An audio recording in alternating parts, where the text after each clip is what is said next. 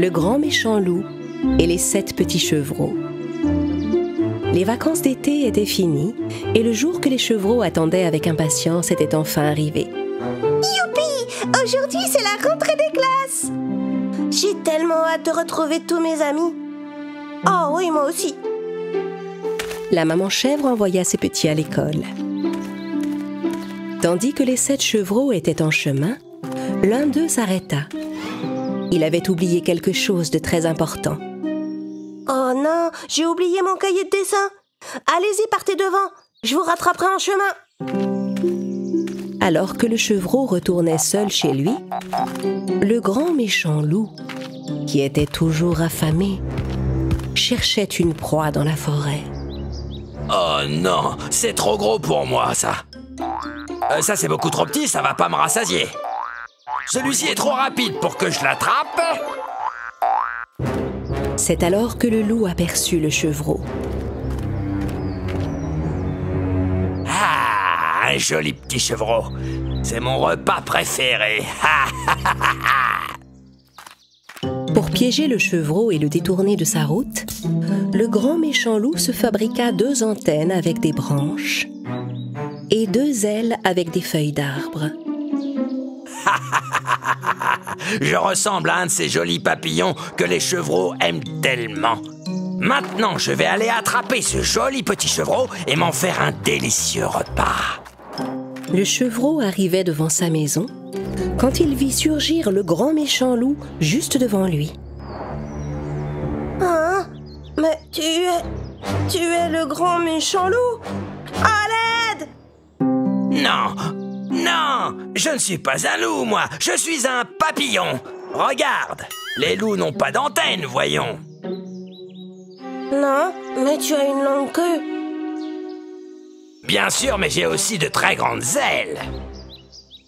Oui, tu ressembles à un papillon. Mais oui, je suis le plus grand spécimen de papillon de la forêt. Et j'habite dans un endroit merveilleux. Viens, je vais te montrer. C'est que j'ai école aujourd'hui. Justement, raison de plus. On peut faire rapidement l'aller-retour. Tu n'as pas envie d'avoir plein de choses à raconter à tes amis pour le premier jour d'école? Le grand méchant loup et le chevreau se mirent en route à travers la forêt. De leur côté, les autres chevreaux étaient déjà en classe. Mais au bout d'un moment, un des chevreaux s'inquiéta de ne pas voir son frère arriver. Il alla prévenir la maîtresse et ils partirent tous ensemble à la recherche du chevreau. Pendant ce temps, le chevreau continuait de suivre le loup en lui posant des questions. Tous les papillons volent. Pourquoi tu marches, toi? Les papillons de ton espèce ne volent pas? Pourquoi? Parce que si je vole, ça risque de créer une véritable tempête. Vas-y, ferme les yeux et compte lentement jusqu'à 3. D'accord. 1. Le méchant loup enroula une corde autour de sa taille et se suspendit à la branche d'un arbre. 2. Puis il commença à se balancer dans les airs. 3. Quand le chevreau ouvrit les yeux, il vit le loup flotter dans les airs en battant des ailes. Hein? Alors c'est vrai que tu sais voler? Mais la branche, qui ne pouvait supporter le poids du loup, finit par se casser. Le loup tomba par terre et une de ses ailes se brisa. Oh, mon pauvre, ton aile est toute cassée. Je vais aller chercher du secours. Attends-moi là. Non, ce n'est rien. Tu n'as jamais vu de papillon à une seule aile? Un papillon à une seule aile? Jamais. Ils vivent dans des endroits secrets au cœur de la forêt. Allez, viens, suis-moi.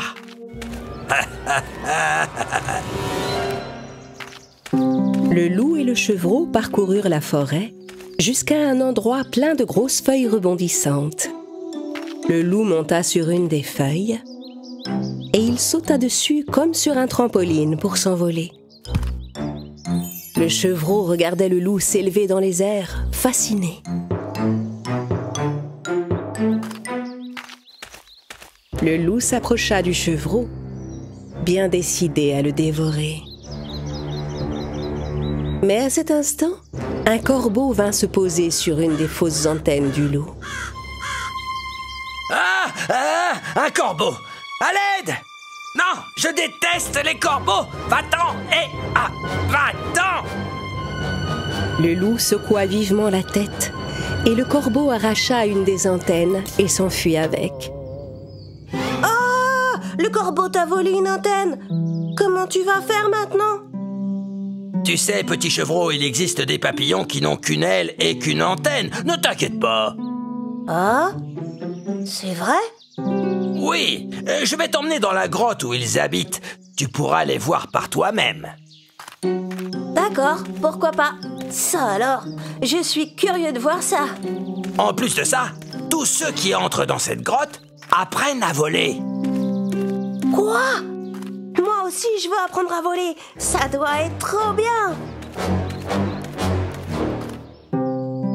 En cherchant leurs frères partout dans la forêt, les chevreaux trouvèrent des feuilles déchirées et une branche arrachée sur le sol. Regardez, ces feuilles et cette branche ont été arrachées par quelqu'un. Mais qui a pu faire une chose pareille? C'est pas vrai! Quel gâchis! Quand la maîtresse des enfants vit des traces de pas sur le sol, elle reconnut les empreintes du loup et comprit que le chevreau était en danger. Elle élabora un plan pour le sauver. Pendant ce temps, dès que le chevreau fut entré dans la grotte, le méchant loup se débarrassa de son aile et de son antenne.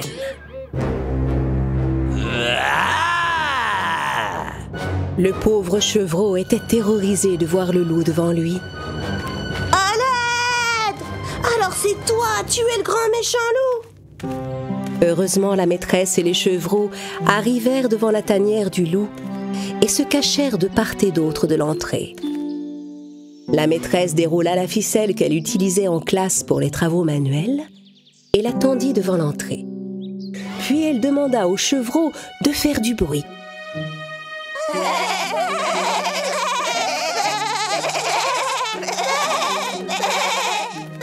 Quand il entendit la voix des chevreaux, le loup ne put résister. Il y a d'autres petits chevreaux par ici.